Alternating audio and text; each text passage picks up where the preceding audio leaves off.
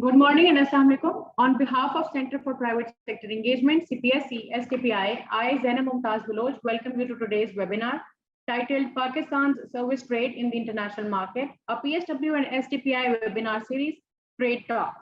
Before we start off with today's session, there are a few housekeeping rules. May I please request our speakers to keep their microphone off, especially when they're not speaking, to ensure good audio quality for everyone. Speakers are also encouraged to switch on their cameras, especially when they're speaking, if their network allows to do that without any disruptions. The webinar will be recorded and shared later for your kind reference. You are welcome to revisit the discussion later and feel free to share it with your network. We also invite questions from our audience and colleagues at the end or as the session goes. You may please feel free to write them in the chat box or in the Q&A box on the right side. Please have the chat box open in the window as well, or you can also indicate that you want to speak by clicking the raise hand tab on the right side of the chat window. The session is bilingual and you may speak in both Urdu or English language as per your convenience. Moving on, I'd like to introduce the esteemed panelist for our discussion today, Mr. Muhammad Saad Masood. He is member SAARC Chamber of Commerce and Industry and CEO Sustainable Environment Developers. Mr. Fahad Sheikh, co-founder and director, Pakistan Freelancers Association.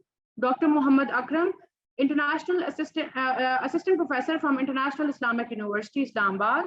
Mr. Alishan Akhtar, Head of Business Policy and Strategy, Ignite National Technology Fund. Farooq Jamal, Director, Bureau of Immigration and Overseas Employment. And Mr. Athar Fahim, Chief Strategy and Operations Officer, Pakistan Single Window. Today's session is being moderated by Mr. Abdullah Khalid, Project Coordinator, Center for Private Sector Engagement, STPI. Now I hand over the session to him so we may begin with the proceedings. Thank you. Over to you, sir.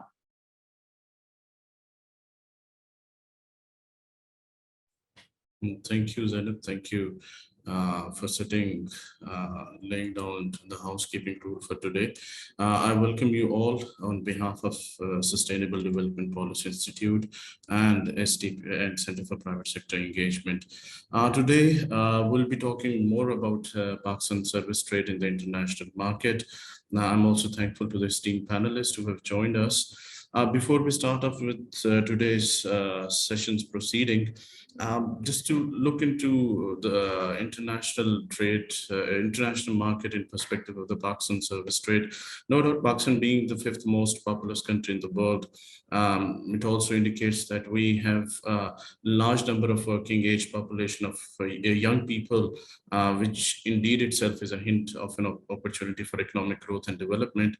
Despite this number that has been quoted by the labor force survey done back in 2022, the working age population is 159.83 million. That is a huge number. Still, we see that there are multiple issues and there are loopholes that have to be looked into. So before we move forward with today's moderated discussion, we have set a presentation that would be setting up the tone or the agenda for today. I'll request Maheen, who is a project associate at STPI, to set the agenda for today. Thank you.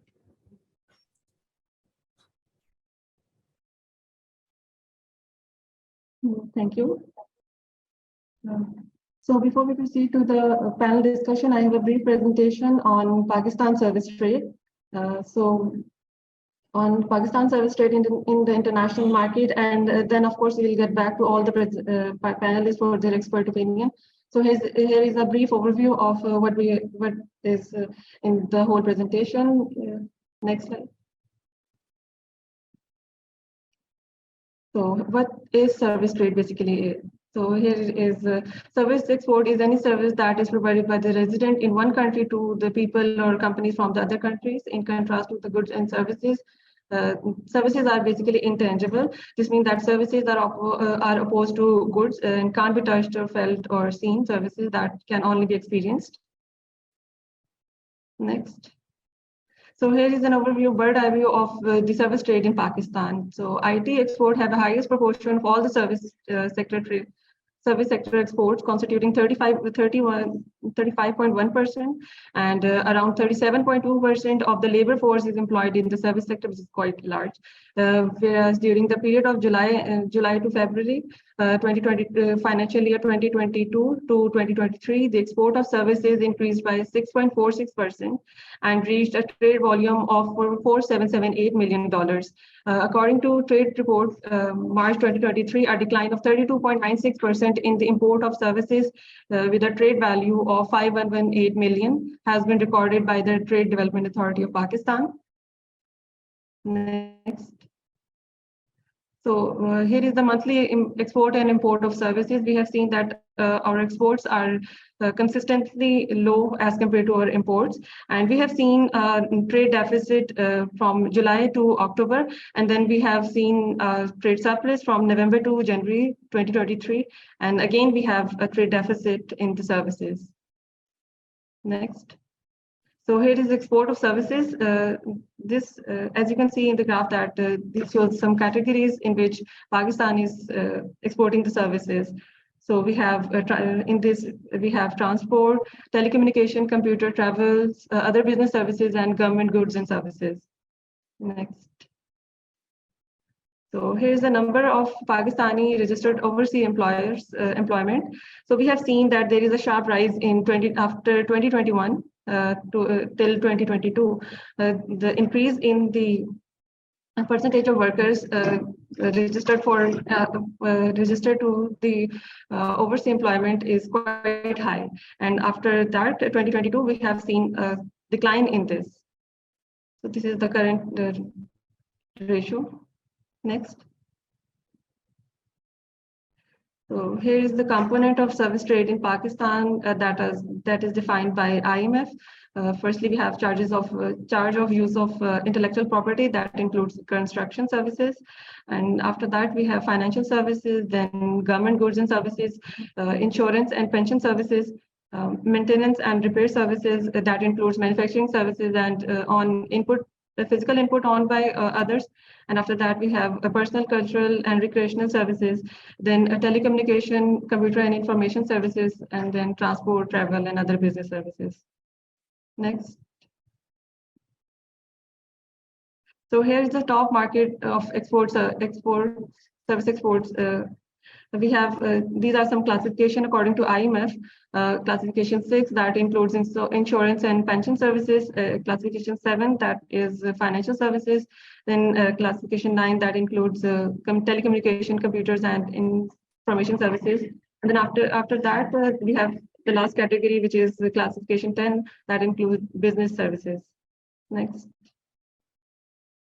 So here are some challenges that are faced by the service exports from Pakistan. So infrastructure related challenges includes the multiple regulatory authority there are multiple regulatory authority for a single service sector. This lead to an overlap in the regulations. And then other challenges we have faced is service provider face difficulties due to ambiguities in tax law. Connectivity, which is a prerequisite for IT and IT-enabled services, is not as per global standards. Weak enforcement of intellectual property rights is hampered by Pakistan's potential in service exports. And then linkage in between industry and academia is widely missing in Pakistan. Skills training wise, Pakistan lag behind major competitors in the several service categories. Next, we have market-related issues that includes absence of service export strategy, and then Pakistan export services lack visibility in the global market, and Pakistan rarely participate in service export fairs. And last problem with the market-related issues is the problem of accreditation and acceptance of Pakistan service trade in the global market. Then we have trade-related issues that include specific incentive for trade exporters are missing. Industry participants are unaware of the incentive available for existing trade agreements, and then services are given less importance while negotiating in trade agreements. And then Pakistani service exporter face challenges in moving freely across the borders that hinders the service exports from Pakistan. So this is today's agenda. Over to you, sir. Thank you, Mahi. Thank you very much for setting the tone for today's discussion. No doubt you have rightly pointed that besides growing service trade, the economy of the Pakistan has observed a volatile growth cycle, and we're facing challenges due to the political instability and the deteriorating macroeconomic situation in the country. Leaving apart the issues that you've highlighted, we have seen that there are multiple factors which are hampering the Pakistan service trade, which also includes the overlapping of the regulation and the power among the regulatory authority, which includes the non-compliance with international standards, complexities in the tax law, weak enforcement of intellectual property rights, and most importantly, the industry-academia linkage, which has been resulting in hindrance in the export of services of Pakistan in the international market. So keeping in view all these good points and the weak points, we'll start off with a moderated discussion today.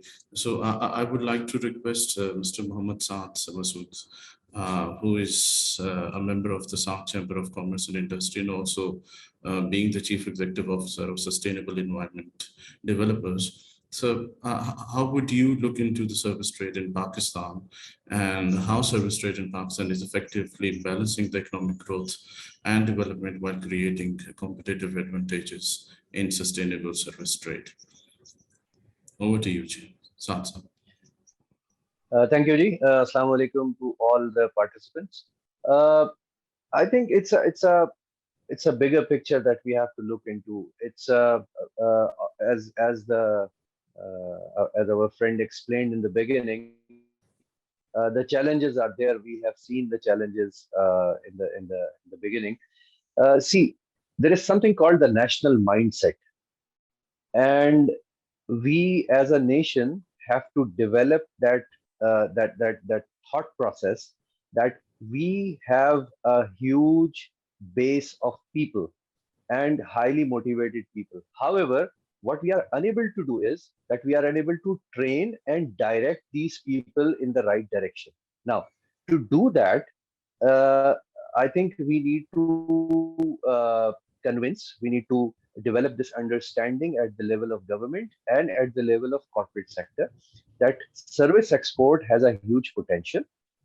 I believe I have not seen any large conglomerate in the industry that has entered into this service sector as of now, but we have to somehow convince them to do that, because investment will definitely be required. But it's not only investment. See, for example, how many students in a university are aware of all the possibilities, all the export possibilities of services? A lot of them are not aware. So we need to, one, as you mentioned, the linkage between the academia and the industry, we need to improve that immediately. Secondly, how about, I mean, when I was preparing for this, we were talking about some out-of-the-box ideas. How about institutions? Institutions like NUST, institutions like NED, institutions like, that are offering graduate programs, or maybe at college level, if they can start, or if they can set up, not the incubation center, but maybe a service center company, where their own students can join partially. Obviously, they are full-time students, so they can spend some time over there, and they will be, after some training, they'll be able to offer services from that platform. So when if a university has collaboration with some of these institutions, or has its own institution, what will happen? Their students will get opportunity to get trained, and their students, because they are getting trained, and at the same time they'll be able to offer these services to the international market, and ultimately will be developing a large number of people who will be able to lead this show. On the private basis, a lot of people are promoting service exports, IT exports, where there are a lot of people who are working, to the extent that some people unfortunately claim that you don't need to study, just start working on Fiverr and you will earn money. That's a short-term approach in my belief, in my opinion.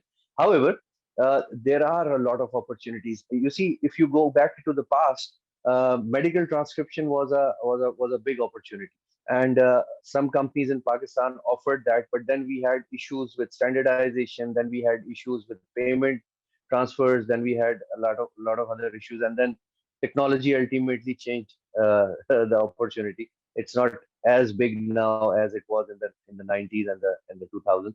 So I have also observed that our Trade Development Authority and our embassies in various countries around the world, they should take this seriously. Service export is a serious business. I mean, from the perspective from where I am looking at it, I think somehow our institutions and the government has not been able to understand the importance of this to date. So it is our responsibility. I mean, this forum, the people who are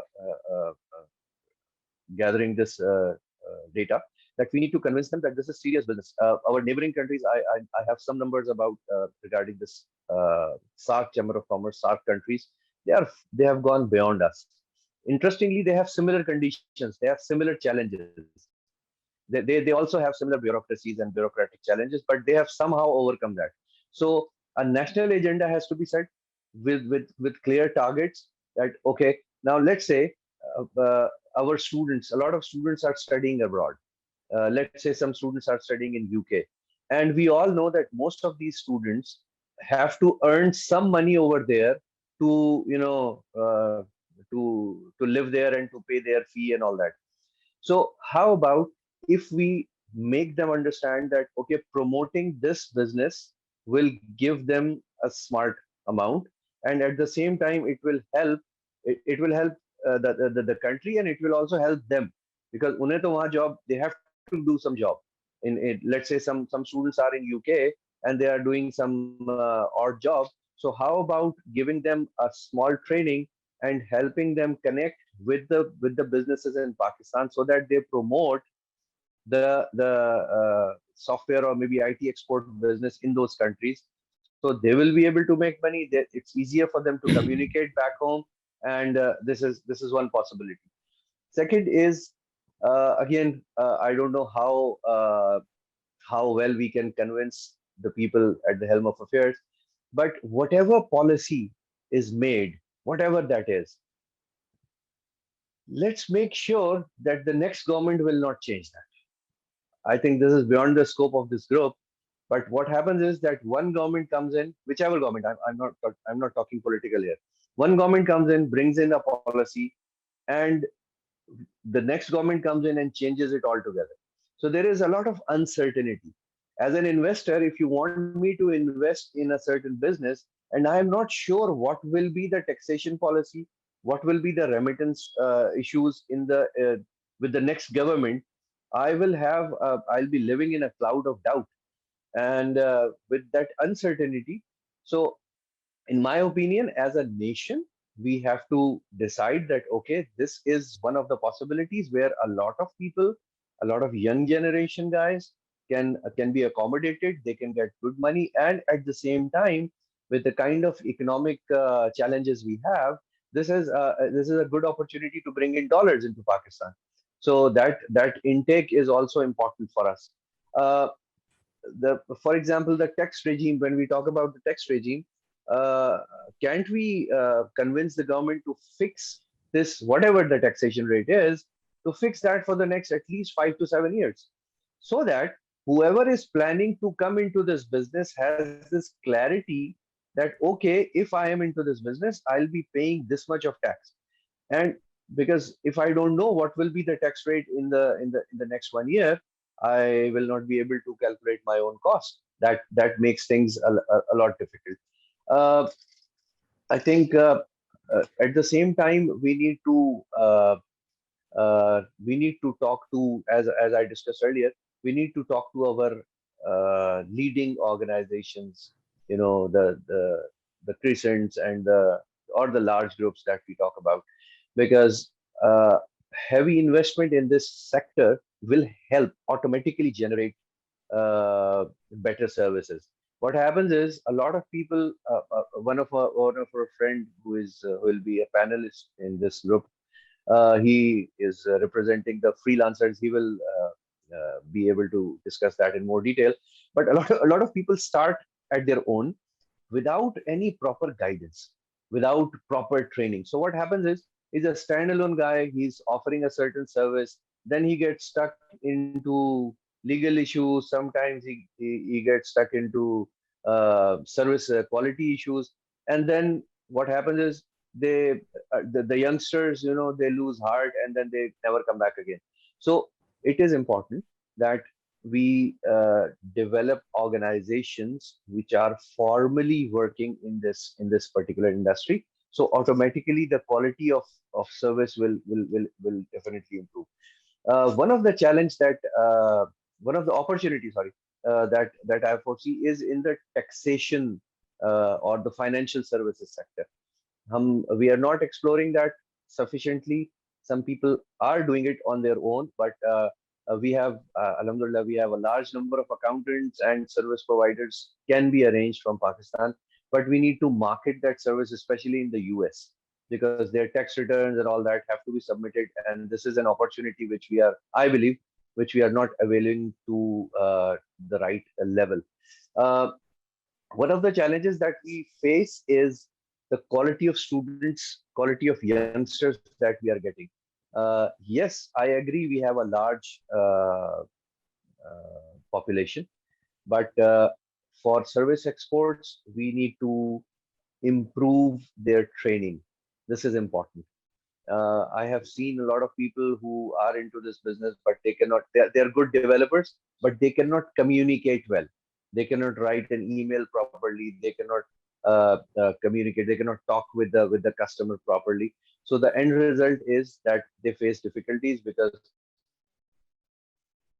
the client says something else, they understand something else, and then ultimately they face a difficulty. So at the same time, while we are promoting this in the international market, we have to strengthen our own people as well with training, with better opportunities to explore.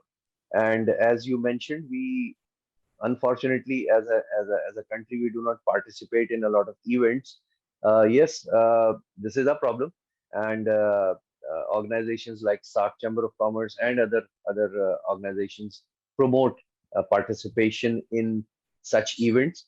But Mera khayal hai, I'll conclude this with a simple remark. I think we as a nation has to take this opportunity seriously. हम अभी तक इसको बहुत lightly ले रहे हैं. हमने इसको जितनी इसको importance दी जानी चाहिए थी, उतनी दी नहीं है. जब हम इस पे सोचते हैं, तो हमें बहुत लंबी लिस्ट है opportunities की जिसको explore किया जा सकता है. इस वक्त telemedicine is in. Now, उसमें United Nations भी support कर रहा है, उसमें और इदारे भी support कर रहे हैं. तो there is a possibility that a doctor or a team of doctors sitting in Pakistan will be able to serve people in Africa, and they'll be paid for that. And this is available, this is possible because of the technology thing, right? However, इसके लिए हमें आगे बढ़ के डॉक्टरों को भी तैयार करना होगा, और we have to market that in that part of the world. So that's all from my side. Thank you, Saad Saab. काफी डिटेल में आपने बात की, and you've rightly pointed that if we have to improve the economic situation and also the Pakistan service trade, particularly in the international market, तो हमें human resource development and marketing strategies पे भी काम करना पड़ेगा to ensure sustainability of service sector of Pakistan. So moving forward, Fahad Sheikh Saab, who is the co-founder of the Pakistan Freelancer Association. Fahad Saab, if you could highlight on the key challenges that are faced by the Pakistan service trade, particularly in terms of the IT and ITEs in expanding the service trade presence in the global market. And अगर आप कुछ highlight कर सकें आपके initiatives जो आपने as an integral part of the Pakistan Freelancer Association लिए हों to support the freelancer in complying with international trade regulation and standards to ensure smooth operation in the global market space. Over to you, Fahad. Thank you, everyone.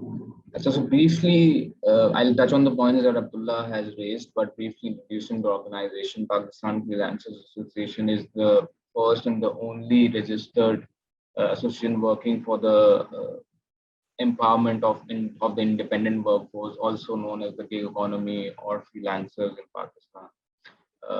We've been in operation since 2018, but we registered as a non-profit entity in 2021, and now we are alhamdulillah registered by all of these, by the SSCP, by the Local Societies Act. So alhamdulillah, we've made a lot of progress in this.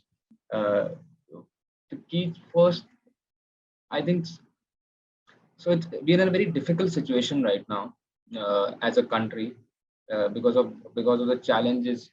Now there are 2 points to this problem. One is why the deficit, and 2 is how do we again get back to the growth. Right now, I'll be very honest with you. The deficit and if the numbers have dropped, it has a direct link to the political instability. Because I've seen that impact. Whenever we are dealing with someone abroad, they have certain concerns about us being able to deliver work with the conditions going on in the country. Right? So it's like heavily impacting our services, because they themselves want the work done, and they're not sure that we are still 100% efficient with all the things going on in the country. Right? So first and foremost, if we have to get back on track, we have to get the reputation. We have to fix the reputation of the country, right? Because it's a big concern, and we've seen that all around the world happening. I've seen a lot of people struggling with this Russian-Ukrainian conflict, and a lot of these because we work with people working over there, freelancers over there, and they're also struggling, whether they're in Russia or they're in Ukraine. So this has a very big impact, and we have to take it seriously and get the reputation of the country back. That is how we at least get back to normal. Other than how do we increase? That's a separate question. How do we build capacity? I think the biggest problem right now is the quality of the skills that you provide. I think this is something that I raised earlier as well. It's not just, we have to move away from logo designing to artificial intelligence, to data science, to there are a lot of complex DevOps, cloud computing, all of these. We have to get to all of these topics. Problem is that the requirement of, what we call standards or good quality in Pakistan is extremely low all around the world. Right? Good according to us is not good according to the world, because our requirement is way less and way less complex than the world's requirement. So for us to be able to offer services abroad, we have to really work on capacity building and get our people ready on the top 10 skills that can earn or that can bring in the most money. We've been working on that for the past 2 years. We started from the very basic necessities of a freelancer, and that is access to finance. Small little problems are too big. It was a pain for them to even open a bank account. So we've been solving that, and it has taken us almost 2 years. Now, alhamdulillah, we've partnered with all of the banking institutions in Pakistan, and we've launched a freelancer digital account in Pakistan, which in collaboration with the State Bank of Pakistan. And now all of these banks have started opening bank accounts of freelancers in Pakistan, and we were very sure that all of this process could be done just by sitting at their home. So you don't have to visit a branch. You can just open an app and open your account while you're at home. So very important, because this workforce doesn't expect to leave our homes or our workplaces to do anything, right? If I can get paid from any other country, then I'm pretty sure I should be able to receive it in Pakistan without leaving my premises. So alhamdulillah, a lot of progress in that. Next, I think capacity building is key. And for that, one of the things where we've been going wrong is you see a lot of people working on capacity building, but when you teach something, how do you know that the student learned? That is the and one of the other metrics is how does someone who's asking for that particular skill in other part of the country believe that he actually knows this, right? That is key. I can offer 1,000 certifications, but who would believe that the certification that I offered has merit? Right? That is the biggest problem. And what we are trying to do is collaborating with international companies that provide certifications that are accepted all around the world. That is going to be a key differentiator. If a certification is validated and known all around the world, for example, there's one called a lot of certifications offered by Amazon, which are renowned all around the world. A lot of certifications offered by Agile, Scrum frameworks, which are accepted around the world. So once we get those people ready for those certifications, we can truly authenticate that this person would stand up to the requirements of the international standards, right? And we are working towards that on capacity building, but still a lot of work still has to be done. We are still only focused on IT and IT enabled services, and I agree there's a lot of potential in other sectors as well. Other than that, I think the third step is awareness, getting more people into the framework, into the net. A lot of people still think that there's no possible way of earning through the internet. It's still a thing, although it's very hard to believe because it's common knowledge. But still, I found a lot of people still thinking it's all a scam, right? So work still has to be done on that part as well. And we've been working. One of the biggest achievements of our association could probably be awareness. A lot of people who previously didn't believe, we got them in a room with people who are already doing it. And I've seen mindsets change. Okay, now I've seen some proof and I would also like to jump in and start learning. So all of these things have to be done in parallel. One biggest challenge that I see that something that's very difficult to resolve and we're struggling is connectivity, is access to internet and access to infrastructure. अगर किसी के पास internet ही नहीं है, so no matter how much hard we work on awareness, it's impossible for them to start, right? So that is a basic necessity. Internet, electricity, all of these, a phone, a basic laptop, all of these are prerequisites. And we have to ensure that all of these prerequisites are also taken care of. I know in most of the rural areas, this probably wouldn't be a challenge, but a very big chunk of very good people I found, they're working from small little cities in Sindh, in Punjab, in Khyber Pakhtunkhwa. So we have to empower and enable. That's what we've been doing for the past 3 years, and that's what we will be doing for the next years to come. Yeah, that's it from my side. Anything else? Thank you, Fahad Saab. You've rightly pointed that there is a need to look into quality skill set जो उस पे हमें focus करने की ज़रूरत है, जिसकी वजह से हमारा पाकिस्तान सर्विस ट्रेड जो है वो काफ़ी इम्प्रूव हो सकता है.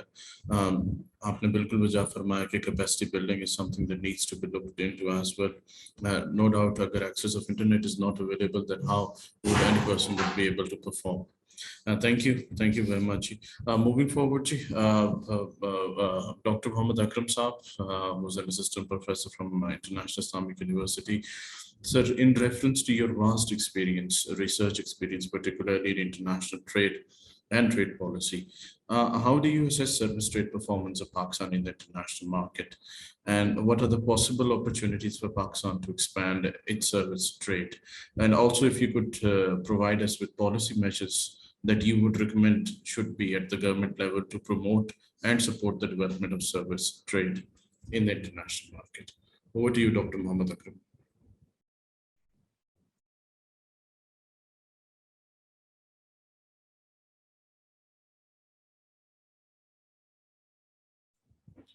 डॉक्टर अकरम साहब आपको अनम्यूट करना पड़ेगा खुद को.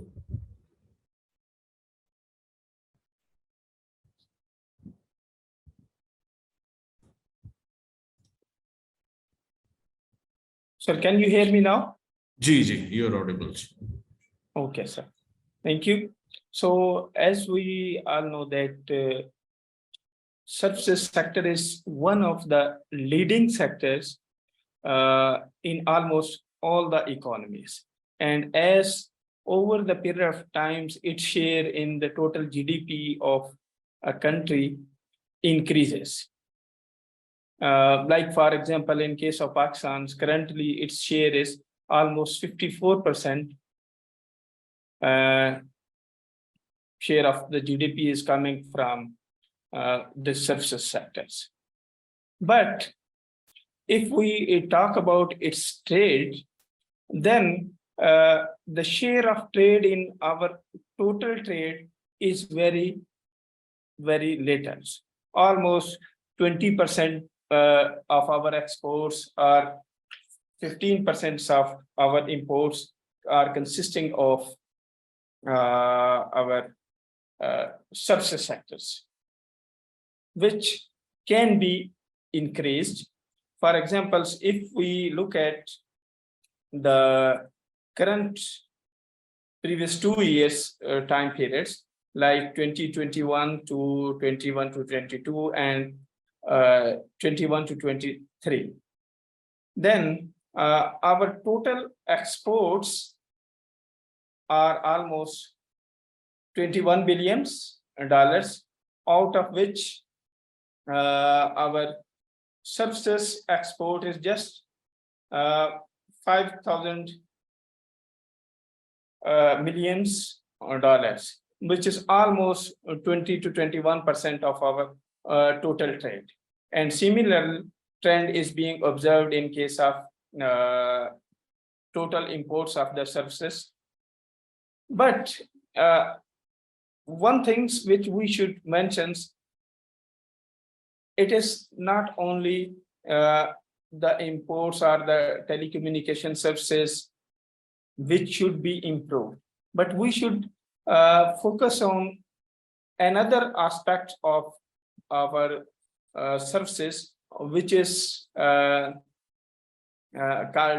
you can say, remittances, which is coming from the laborers who is providing services abroad. And that is almost more than or equivalent to our total exports values. Like for example, in 2023, our total exports was 21 billions, but total remittances is more than 20 billions as well. So almost equivalent shares is coming from the total remittances as well. So why not we should focus on this part of the labor's exports as well, which is through which we can cover our external sectors deficits as well. Particularly, for examples, if we focus on the markets in which we are exporting our labor services, that is concentrated within just Gulf country. More than 96% people are working, Pakistani workers are working in these Gulf cities. So why not we should go and extend this market as well? Particularly, we may go, for example, in the Central Asian countries, or for example, in African countries, where we can send our laborers, or in some other developed nations as well. So we should focus on it so that we can increase the trade of labor as well. services, particularly. But as far as particularly the communications services or telecommunications or any other services are related, then I was looking at some international data as well. So Iceland is exporting their services, which is almost $1 trillion, as compared to Pakistan, which is having just $5,000 billion. So Pakistan is having very minute share in the total trade. So we should improve this. And I was reading, one author was mentioning that Pakistan can increase this up to $36 billion as well within coming 2 or 3 years, if we should focus particularly on this trade services. Particularly, but the challenge which we are facing here, that is the cost of the services which we can export are to produce these services, particularly with reference to the cost of equipments, which is very huge. So we should support and like, for example, as Prime Minister has started the scheme of giving laptops to the students, or we should make some kind of technology parks where we can develop some newer softwares and create some kind of industry linkages, because this services sector has backward and forward linkages with the industry and agriculture or any other sector of the economy. So we should need to improve these linkages. For examples, one example I can give you, I was doing one survey with the PIDE on the trade barriers, and one of those barriers which was identified, those at that time of the exporters, they were saying that when government is making some kind of agreements to improve the trade, for examples, then they do not ask from the people or from the stakeholders that we are going to make these kinds of agreements and what you will suggest, what kind of problems you have. And sometimes they made an agreement such like that will becomes useless for us. Instead of increasing, it may decrease our exports as well. For examples, they cited one example that Pakistan has signed one agreement with Iran that we will export our mangoes after boiling it. And they have made this agreement by looking at Brazil, who were exporting their mangoes after boiling it. But the skin of Brazilian mango is very hard. If you are boiling it, then it is not going to be, you can say, destroyed. But our mango skin is very tender. So if you are going to boil it, then it will rot.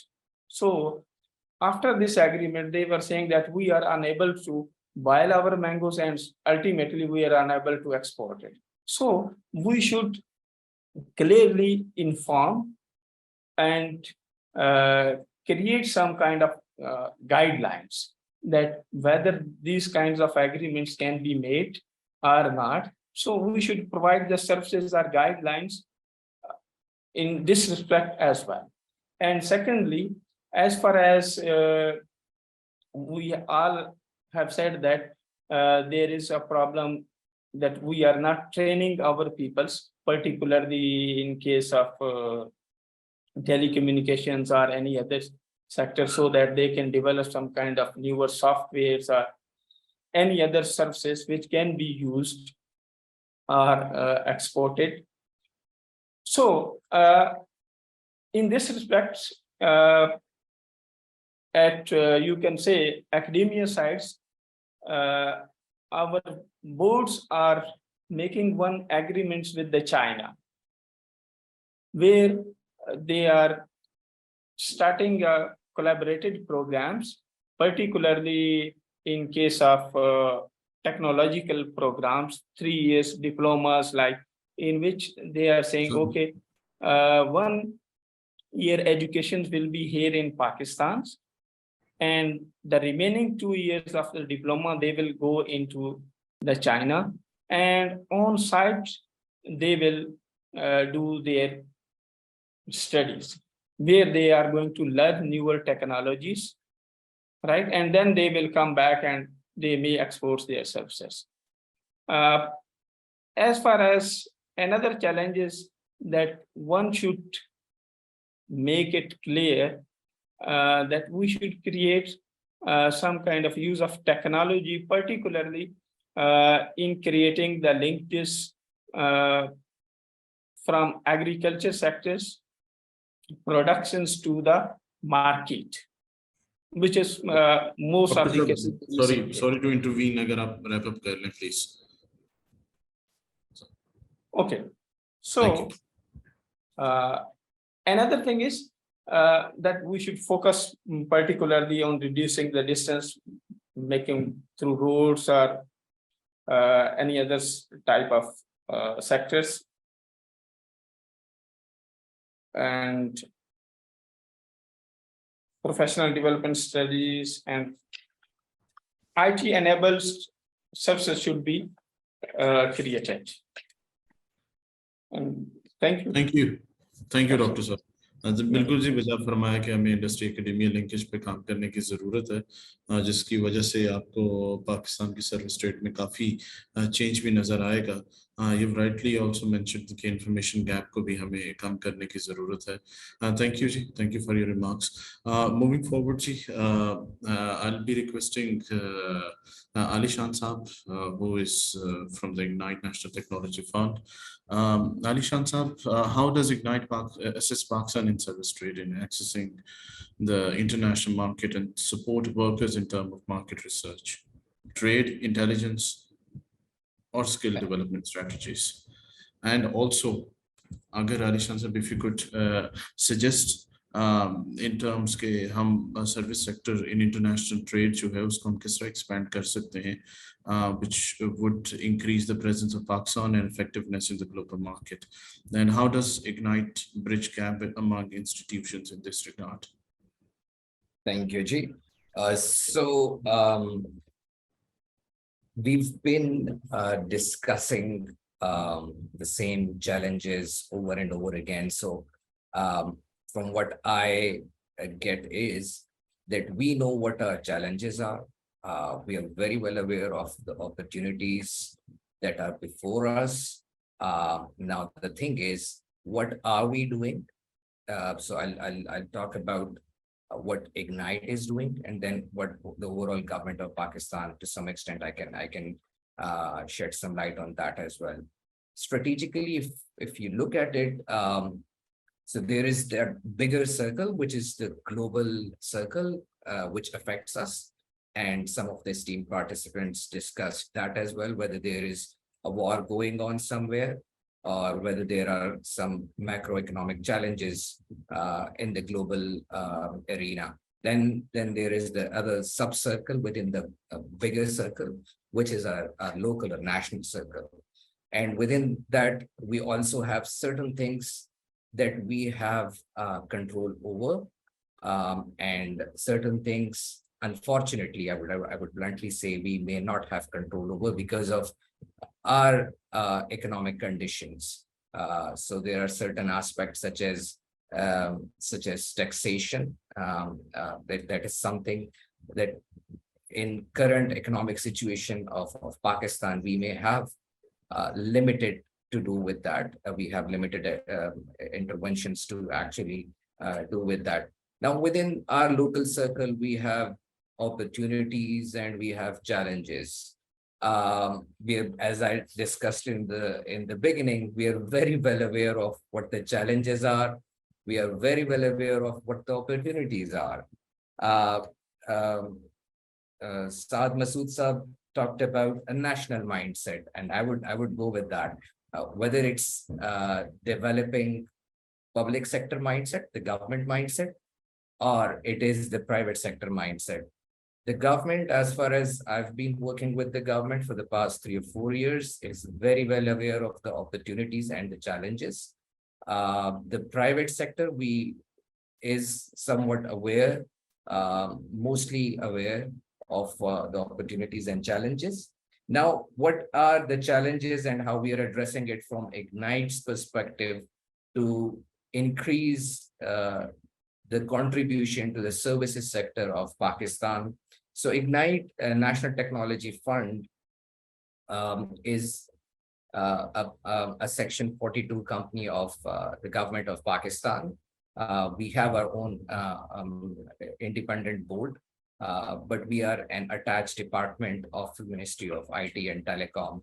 So we are primarily concerned about technological innovation and capacity building and entrepreneurship, which is very much related to, which is a bigger contributor, a very significant contributor to the services sector.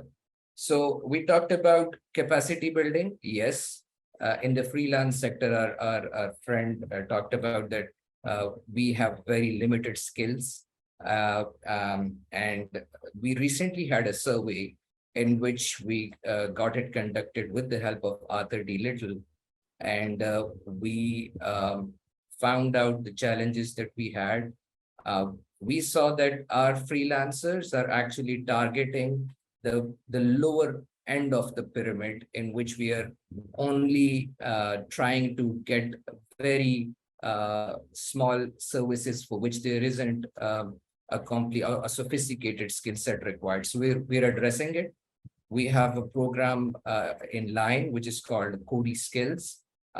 Since we are related with the technological side of the services, IT and ITS. So within that program, we'll be training 10,000 participants, 10,000 individuals in the higher end programming languages. We also have a program which is the largest online digital skills learning program of Pakistan. It's called DG Skills. And till date, we have more than 3 million participants, 3 million applications that we've processed for that program.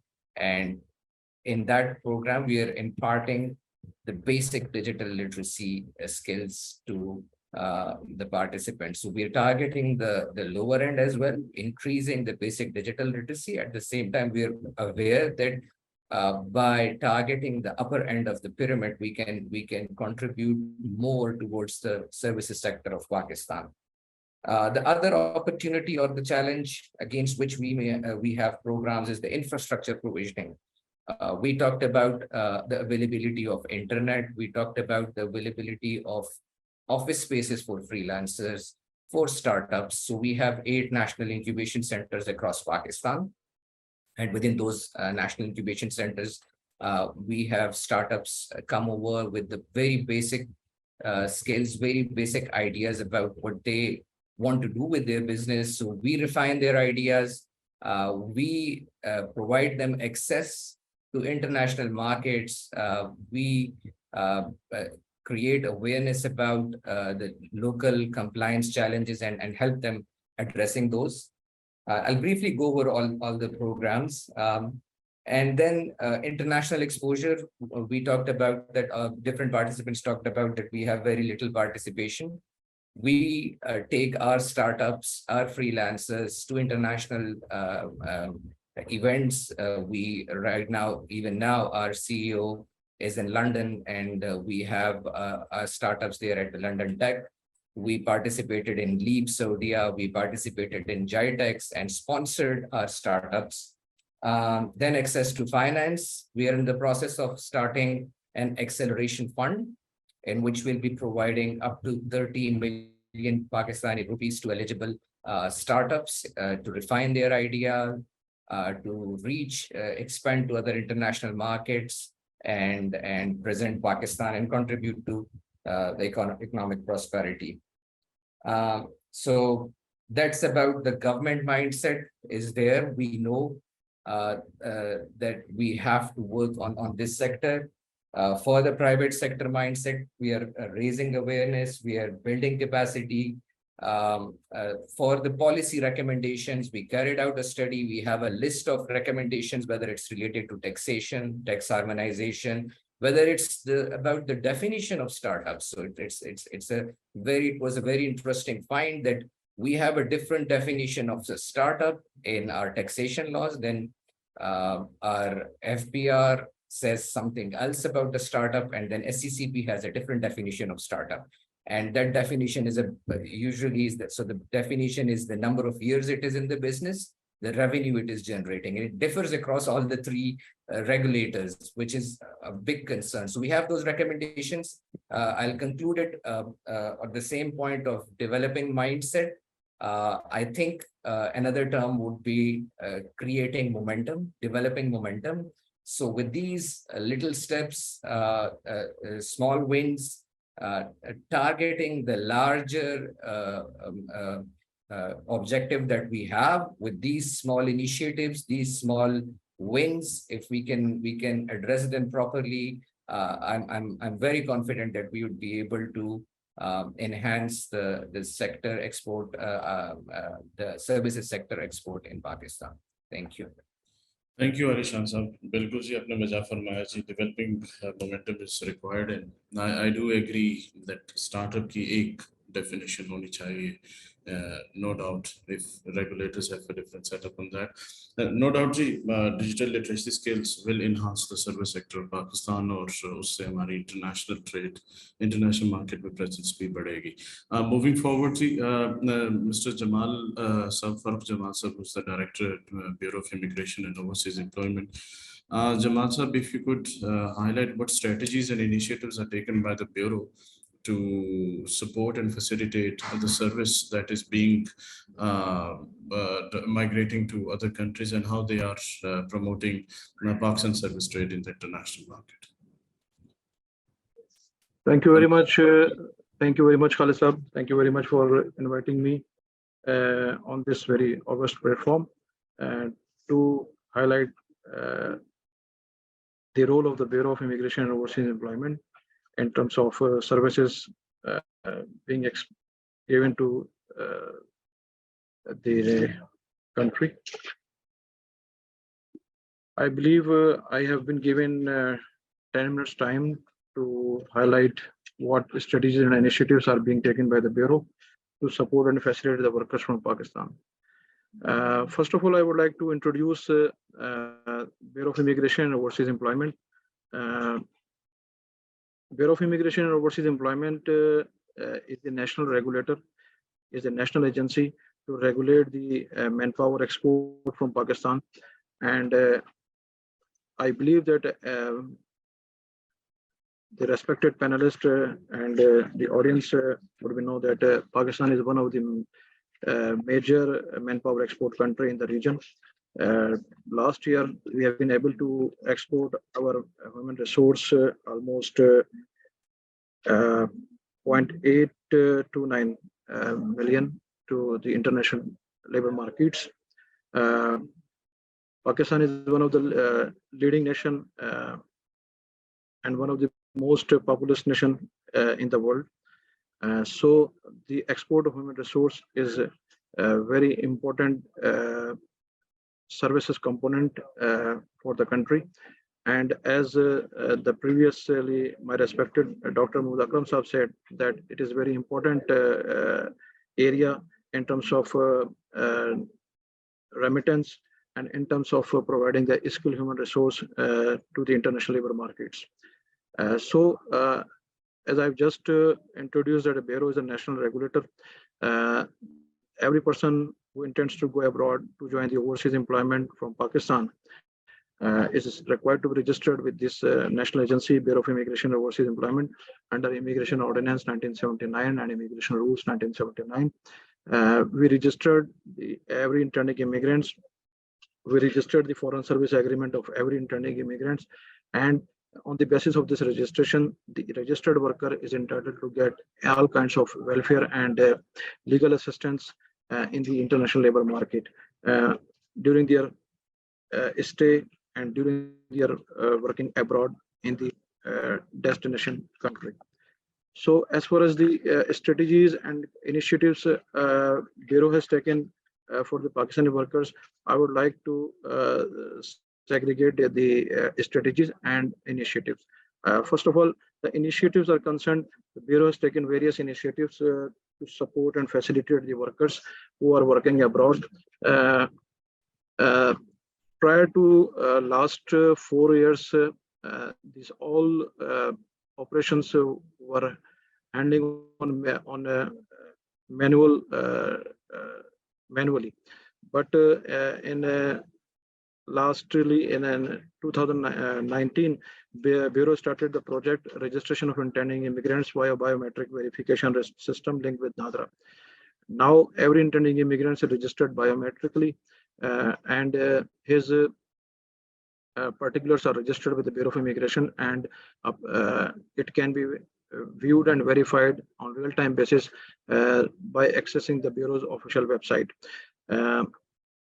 First, by this digitization of registration, the workers were facilitated, and it ensured the highest level of efficiency, streamlined the registration process, and improvement in the service delivery and curbing the malpractices in terms of manpower export, in terms of facilitation of Pakistani workers who intends to go abroad. Further, we have initiated a one window facilitation desk. We have 9 regions, we have 9 zones, we have 9 field offices in the country, which are commonly known as protectorate of immigrants offices. So we have 9 protectorate of immigrant offices around the country, and the services towards the intending immigrants have been accumulated and have been established at one window facilitation desk. In addition to that, recently, some few years back, the immigrants, the intending immigrants have to get the NICOP, National Identity Card for Overseas Pakistanis, which practically have nothing to do with the intending immigrants. That's why the advocacy campaign was launched by the Bureau, and the federal government was sensitized that this NICOP is nothing to do with intending immigrants. And finally, the condition of the NICOP for seeking the protector registration was waived off. So it was a very good steps towards the facilitation of the intending immigrants in terms of cutting down the processing times and in terms of payment of financial cost for getting this NICOP. Further, after launching this digitization process, now we have a foreign job verified job data, and by accessing our official website, anyone in the country, not only in the country but anyone from in this from every corner of this world can access the Bureau's website and verify the foreign jobs by reaching our foreign jobs portal. Further, we are as we are the regulator, we also issue the overseas employment promoter licenses to the individuals, Pakistani nationals, and in this regard, during the last year, 233 new licenses were issued to the Pakistani nationals, and in this calendar year so far 68 new licenses have been issued to the overseas employment promoters. Right now there are total 2,550 valid licenses who are operational and functional in the country and providing the placement of overseas jobs to the Pakistani nationals. Further, to facilitate the Pakistani workers, we have also initiated a project and process of to check and curb the illegal overseas employment jobs. If you go through our website, so we do post the legal jobs, verified jobs. Vis-a-vis, we also post the illegal jobs which are circulated in the market, and so being a regulator, it is our responsibility to upload the fake information to the public that these jobs are not verified by the Bureau. So, and these jobs are referred to the FIA and PTA. Farooq Saab. Sir. Sir, if you could wrap it up, please. Thank you. Okay. Further, in terms of facilitation, we have a complaint management system. We have also started workers for a remittance account, and we have also initiated maintenance of data of returning workers. And in this regard, we have signed MOU with the FIA for getting this data of returning workers. Also, in terms of for the facilitation of the intending immigrants, we do register the intending immigrants with the State Life Insurance Corporation of Pakistan, and each intending immigrants which is registered with the Bureau is insurely covered with the insurance State Life Insurance Corporation of Pakistan. And in case of death and disability, every insured and registered person is received death claim of ₹10 lakh and disability claim from 1 lakh to 10 lakh, sorry. So these all the facilitation extended by the Bureau of Immigration and Overseas Employment. If I can ask some few minutes to narrate about the strategies what Bureau have devised. In 2020, we can do this. अगर हम एक round कर रहे हैं आखिरी तो उसमें आप ये highlight कर दीजिएगा. Thank you very much. Thank you. Just keeping in view कि हमारे सारे speakers अपनी राय दे चुके हैं and they अपने thought share कर चुके हैं. I would request from साथ साहब से अगर हम शुरू कर सकें. Sir, 2 policy recommendations जो आप देना चाहें इस वक्त to improve the services trade in Pakistan, or if you could highlight and share digital platforms, particularly just a Pakistan single window hai, how could they be helpful in improving the services sector trade in Pakistan and also in the international market?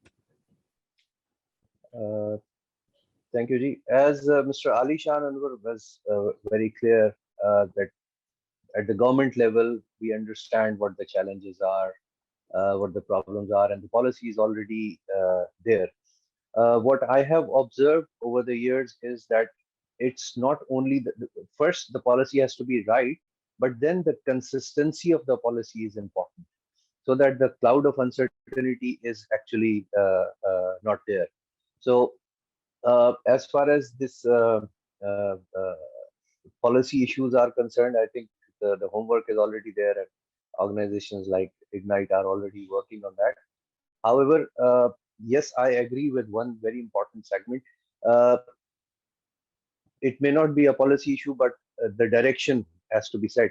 The lower end services that we are mostly focusing on, where our youngsters are focusing on, they will be good in the short term, but in the longer run, they won't be as beneficial for the individual as well as for the country. So we need to understand and highlight this fact. For example, there are a lot of SAP consultants required around the world, and they are very highly paid and all that. So improving that side or that side of training will definitely help. Secondly, this as Dr. Shah was explaining, he gave the example of the trade agreement with Iran about mangoes. This also shows the gap between the decision makers and the market situation. So, for example, if I'm offering a certain service, but the one who is selling it or the one who is deciding about it does not exactly know what the service is, what the details of the service are, then there'll definitely be a gap. There will definitely be, they sell something else and we are offering something else. So इस gap को cover करने की ज़रूरत है, and policy के side पे as such मैं policy पे इतना बात नहीं कर पाऊँगा. However, I think we need to energize. I'll use the word energize our high commissions and our embassies, because they can play a very important role in connecting our organizations and our freelancers in those countries where the business is. So multi-pronged strategy चाहिए होगी. We need to improve our manpower. Since I go to a lot of institutions for guest speaker sessions, unfortunately, the quality of people has definitely, the quality of क्या कहना चाहिए, the manpower, जो skills develop होनी चाहिए, वो at par नहीं है with the international markets.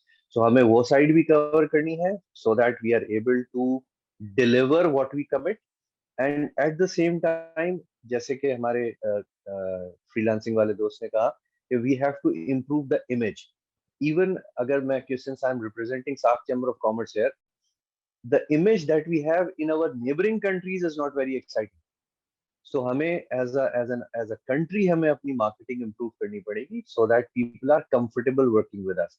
Unfortunately, हमें हमारे कुछ लोगों ने या कुछ historically कुछ हमारे लोगों ने गड़बड़ी भी की हैं, कुछ जगहों पे deliver नहीं कर पाए, कुछ जगहों पे miscommitments हुई, so it actually results in tainting the image of the country. Because if I am a Pakistani, and if I'll do anything wrong with any exterior country, so that will leave a bad mark.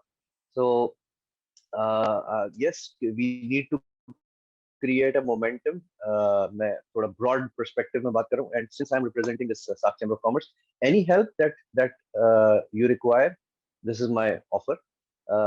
जिसमें हम इन services को improve करने में, training में, education में, maybe connections में हम help कर सकें, will be more than glad to do that. Thank you very much, Fahad Saab, and I hope Fahad Saab is सुन रहे होंगे इस चीज को. So moving forward, Fahad Saab, your last thoughts and two staunch policy recommendations. Okay, how can we improve the Pakistan service trade? And if you could also comment how digital platforms can be an integral part in uplifting the service sector of Pakistan. As an ending note, I would encourage everyone to refer to this study. This is called the Network Readiness Index of 2022. It was released in collaboration with the University of Oxford and the Portland Institute. It studies all of the economies of the world and tells us, are those economies ready to be part of a networked age, that is IT, computing, and all of those stuff. Right? So obviously, there were a lot of interesting facts in that study, but us study mein they placed Pakistan as one of the top performing pillar economies of the world amongst the top 10, right? Ab usme unhone jo hai na, they ranked Pakistan in 4 different metrics. So we did well. I mean, we are right next to India, right? But the one point that we lacked in was governance. If we had that point, we would have done better in all of those fields which they were targeting against. So one good thing is that we are doing work and that is visible, but there's still points that we need to work on, and those are highlighted in that specific policy.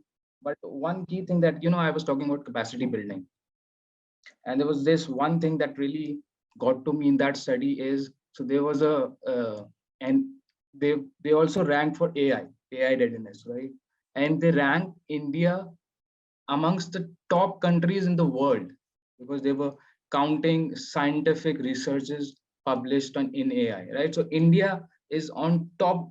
I mean, their rank is number 1 in the world, right?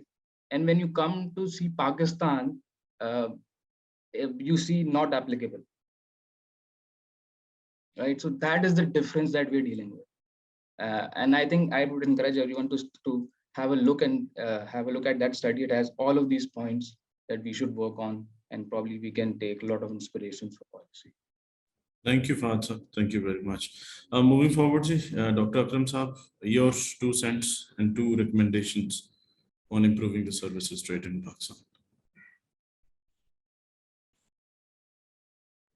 Akram Saab, आपको unmute करना पड़ेगा, please.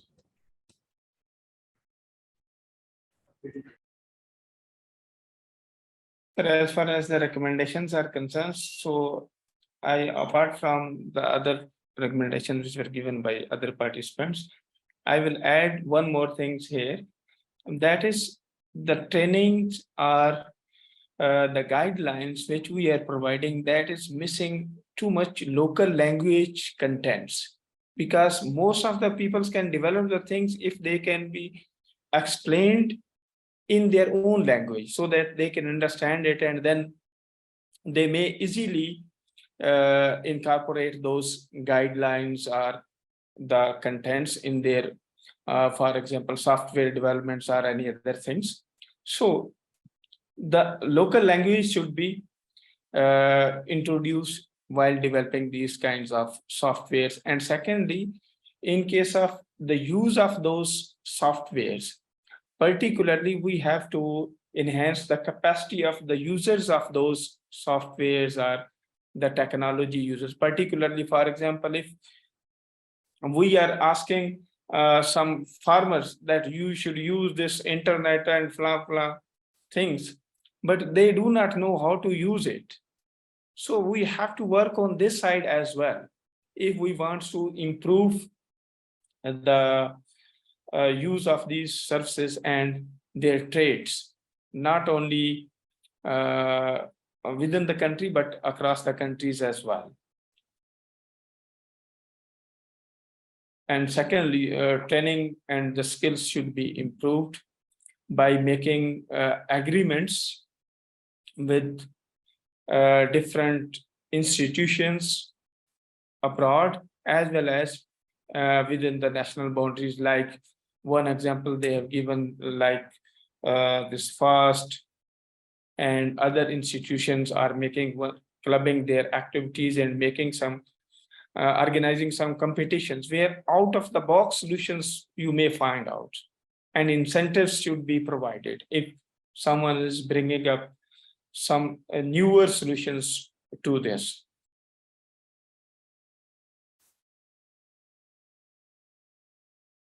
So the competitions should be organized. Thank you, Dr. Saab. Moving forward, Arishan Saab, your two recommendations in improving the service rate.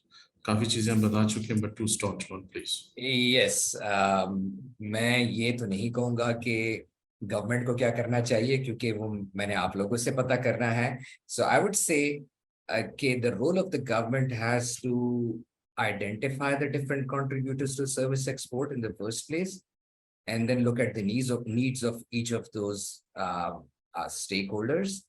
The government's role is to provide a conducive environment and let the private sector take the lead. Some of the key areas where the private sector can contribute are technology innovation and adoption, international collaborations, partnerships, quality assurance and certifications. So moreover, we can see that the private sector can drive innovation and technology adoption by investing in research and development, introducing new technologies, embracing digitalization, partnerships with the industry leaders. So there is a lot for the private sector to do to improve services exports. I wouldn't say that it's not connected to what the government is providing. And as I said initially, that the government has to provide a conducive environment, an enabling environment, and that includes everything. That includes addressing the challenges that are being faced by the private sector. So it's a two-way thing in which the government has to play its role and the private sector has to play its role. So if a government is providing skills development, the private sector should and can raise awareness within their own sectors that there is a training that is being provided by the government and it should be taken advantage of. So the government will do its work, the government knows, the government will interact with you, the government will get to know what your challenges are, will try to address those challenges. Unfortunately, it's taking a bit longer, I understand, because of the overall policy uncertainties, inconsistencies. And another thing I would say is that from the part of the government, it's not only policy inconsistencies, but also the policy implementations. And that's how we look at it from Ignite. We do not execute any of our programs ourselves. We believe that government is bad at doing business. Government shouldn't be doing business. Government shouldn't be competing with the private sector, but enabling the private sector to take the lead. In every incubation center that we have, we outsource it. We have our management partners and we who are the experts in that field, and they're running it. Similarly, if we are doing any of the capacity building trainings, we're not doing it ourselves. We are hiring the services of experts within that field. So we'll play our part, you play your part, and let's make Pakistan a prosperous country and increase the contribution of services sector in our overall revenue. Thank you. Thank you very much, Alishan Sahab. Farooq Jamal Sahab, 2 recommendations from your side for services trade improvement in Pakistan. Thank you again. Thank you very much for giving me the time. Very shortly, if you want to improve our service delivery in the international market, we should focus on the skill development of our workforce as per the requirement of international labor markets. Traditionally, our workforce is moving towards the GCC. Now GCC is also started various projects and various initiatives and various their national visions in which they are more focusing for getting a skilled workforce from the foreign countries, labor exporting countries. So if we should focus on our skill development, our workforce will get the good employment opportunities, one, and we will get the higher number of remittance by sending the skilled workforce. Number one. Number two, for skill development, as we have recently started labor mobility dialogues with EU. So for us, the EU labor market is an emerging market for Pakistani workforce, and to capture the employment opportunities for Pakistan in favor of Pakistani workforce in the EU labor market, my suggestion is that the language proficiency language centers networks may be established in the country, like German language, like Spanish language, and English language centers, so that our workforce may be welcome in the EU labor markets as well. Thank you. Thank you very much. Thank you, Farooq sir, for your thoughts and recommendations. Now moving forward, to the end of almost the webinar, I'll be requesting Athar Fahim sir, who is the Chief Strategy and Operations Officer at Pakistan Single Window, for his concluding remarks. And also, I would like to pose a question to you, sir. That keeping in view being an integral part of Pakistan Single Window, how do you see the implementation of a single window system contributing to the facilitation and growth of the service sector and the service trade in Pakistan? Also, sir, if you could to contribute your thoughts regarding and improving the transparency, bridging institution and promoting a business-friendly environment for the service trade in the country. Over to you, sir, for your concluding remarks. Well, so nice of you. Thank you so much, first of all, to invite me here. I'm really thankful with all our esteemed panelists. I really enjoyed, by the way, it is absolutely a great insights from everyone that we have actually taken. So thank you so much for this very, it is actually a kind of a very impactful and very interesting topic as such. With regards to Pakistan Single Window, it is actually a digital platform, and primarily we are one way or other way we are developing services specifically around the cross-border trade. Now, when we are actually talking cross-border trade, We are kind of automating the regulations, the regulatory networks of the whole supply chain itself. And the other end is connecting all the traders in Pakistan. Very briefly, the concept actually hailed from WCO back in 2006. Most of the advanced countries have already taken it, back in 2010, and then so on. Pakistan has lately developed this concept. It is actually a national single window concept. The portal itself is actually is one of the key case for the country that link and creates a linkages with all the trading activities across Pakistan. What we are actually currently doing, specifically with regards to your question, that how we are contributing specifically with relate to trade facilitation. So one end is the simplification of trade. So before PSW, Pakistan Single Window, which is actually a kind of a national single window platform, we were doing, and most of the traders even still doing it. So usually they are doing the trade with a lot of manual work, and they used to go to different departments. They have to get their documents, their certificates and licenses from other entities, be it like we call it as LPCOs, which are actually the licenses, permits, and certificates. So, for instance, Chamber of Commerce actually issue certificate of origin.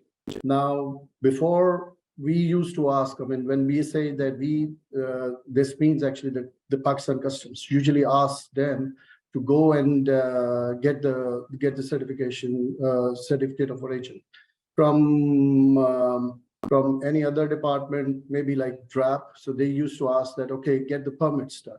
Now, Pakistan Single Window is actually providing this facility that they just submit information once, and then we actually reuse it and connecting all the entities across the board. Primarily, we are connecting as a scope of work. We are connecting 77 entities in Pakistan. At the moment, we have already connected 29 banks in Pakistan. And the second question, how internationally we are moving. So basically, we are also right now engaging our talks with the China Single Window and all the CIS states like Uzbekistan, Tajikistan, and the rest of the CIS states as well. We are also talking with Egypt Customs as well. Having said so as I understand from this whole conversation is that, well, no one entity can resolve all those issues that we have just mentioned, and everyone has, rightly addressed everything. But the question is that, do we have the capacity as a single entity to, to address all those solutions or the problems and come up with the right solution? Actually not. So one has to see his own domain. One has to see that what best we can contribute from their own part. Now, academia has their own side. They have to do their own their contribution towards the capacity building, their skill development. I understood from the research, one of the research side, which Dr. Akram has already mentioned very clearly, is that that there are some areas where we do not have a kind of a business model activities available that we need to address. So as a conclusive remarks, I would say that, and being a strategist, even in Pakistan Single Window, which is actually a national program that we are currently in, very successfully running at the moment. One thing is as an overall, we have a lack of strategy. So as a strategy as a whole, a national level strategy for export services should be available. This means that there is a lack of leadership as well. So one has to lead it. And that should come from the government itself. and that should lead from the highest level of Pakistan. This strategy should have a complete business model and a roadmap. And the roadmap of this that actually encompassed everything, and mainly covers the problems and the challenges that we have just mentioned here, is the digital transformation. So think from a digital transformation window perspective, that how best we can enable the whole digital transformation enable. This means that a digital Pakistan that would actually lead towards for the future as well. I'm a very strong advocate of four main things. So one is the people, process, technology, and the fourth dimension is the data. So people side is we have already addressed. So the strategy actually covers these four dimensions. One is your people side, which means the capacity building, the skill sets. That strategy should come up. The process side, how do we actually process the whole thing, specifically, the freelancing activities, the other, IT processes which we can, enable or export it. The technology side, how best we can address those technology areas, the tools that we actually need to use in order to resolve. I've been just given one of the example is an Adobe designer or illustrator. Someone has to think, someone has to, use it properly in order to carry on the export of the designing services. And the data. PSW itself is sitting on a huge data because we are currently connecting almost 80 entities in Pakistan. So we are actually sitting on a huge big data at the moment. And this actually leverage to any other organization where we can, usually I speak, and this is just my vision right now. We are going ahead and we are actually addressing this, towards this direction, is that since the big data is available, now we can drive this data and develop a policy-driven decision-making for the country itself. Right now we are just, the topic is just export services related, but for instance, if we need to cut down the tax off on the rice or the duties on the rice, that should come from the data itself. So that data is not available, or maybe not a qualitative data available. So these are some of the crux that I have actually understood. And my closing remarks is that the strategy for the export services related is the call of the time today. Thank you very much, sir. You've rightly pointed that a strategy is required at this moment to uplift not only the service trade, but overall the trade ecosystem of the country. So at this moment, I would like to thank all the worthy esteemed panelists for joining us, and also the audience for sparing your time and being an integral part of it. I do understand that we are out of time, but if anyone has a question that they want to share it with any panelist, I'm just dropping my email address in the chat box. You can reach out to me, and all questions and queries will be forwarded to the esteemed panelist. Thank you very much for joining us. Have a good day. Khud Hafiz.